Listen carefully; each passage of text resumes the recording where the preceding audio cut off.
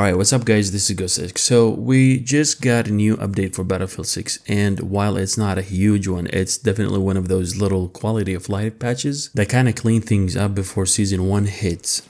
So let's go ahead and talk about it, and let's talk about what they changed, what's still broken, and a few things the devs actually confirmed, including that whole movement debate and the weird bullet dispersion stuff. So yeah, DICE just dropped a small quality of life update. It's like 26 megabytes on PC, super tiny one. And around 600 and 700 on console, depending on your location. Basically, it's all back-end stuff, no gameplay tweaks, no weapon balance, just behind-the-scenes stability fixes to prepare for Season 1, so don't expect to feel different in matches today. It's more like a pre-season tune-up. And if you haven't noticed it on your consoles, then go ahead and restart it, and then the list will pop up for updates. And I also just wanted to mention that don't forget every time you log in or every day you log in to check the daily login rewards. Some people have been missing those. So just FYI. Now about movement speed, this one has been a big topic since the beta. Florian from the dev team actually confirmed they're not changing the overall movement speed in Battlefield 6. He said the next tweaks are going to be small, mostly related to animation fixes, you know, kind of smoothing out those weird clunky transition when sprinting, vaulting, or stopping suddenly. So yeah, don't expect that super fast slide crazy movement from the beta days to come back. They're just making it a little bit tight, less jank, you know, kind of some space. And you know, I'll be honest with you guys, I think I'm pretty comfortable with the movement right now. I don't want it to be faster than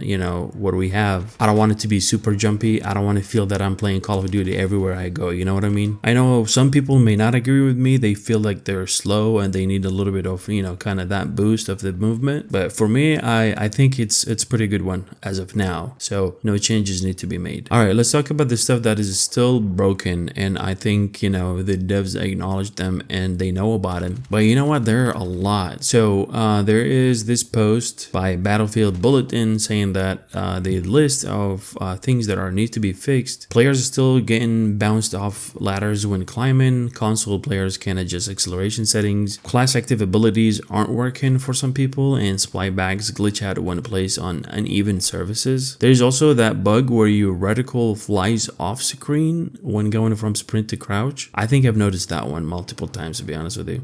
Changing your loadout mid-match sometimes make the cursor go off the deploy map. Oh, that's 100% experienced by me at least.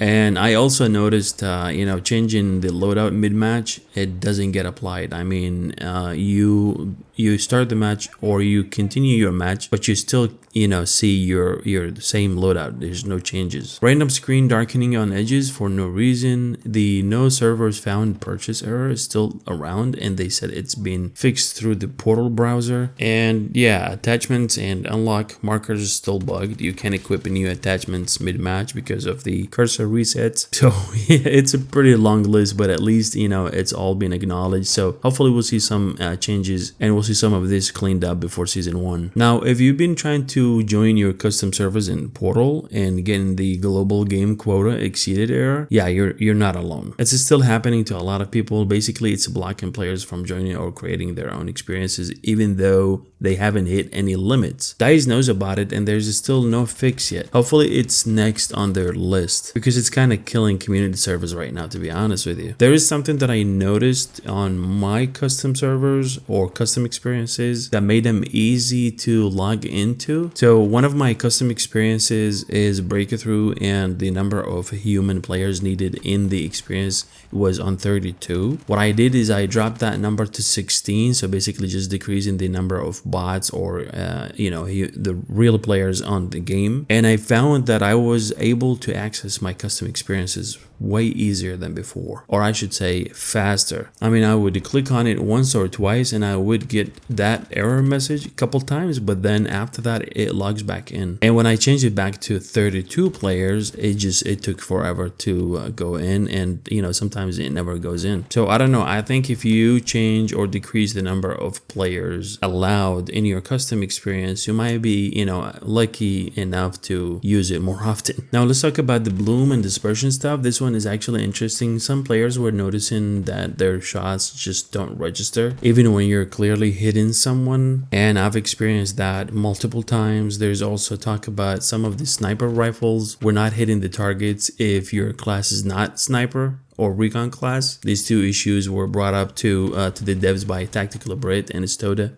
as well. The devs looked into it and said it was kind of tied to certain attachment combos, and they pushed a hotfix already to fix some of those cases. But here's the thing, Florian said that they found 2 other issues that are messing with the bloom and causing extra dispersion randomly. The good news, they're already working on that and looking at overall balance of how bloom behaves. So yeah, it's still work in progress, but at least it's confirmed and getting attention, you know what I mean? And that's pretty much it, nothing major this time, but it's clear that DICE is getting things ready for Season 1. The patch itself is mostly background stability, but they're also slowly addressing a bunch of annoying bugs and making smaller adjustments to core gameplay, especially around animations in the bloom like we mentioned. And today's update is one of those updates that you won't feel immediately, but it's setting the stage for bigger stuff coming soon. Anyway, that's the latest Battlefield 6 update in a nutshell. Let me know down in the comments if you notice any difference after this update, or if any of these bugs are still affecting you. Drop a like if you found this helpful, subscribe if you haven't already, and I'll catch you guys in the next one. Peace.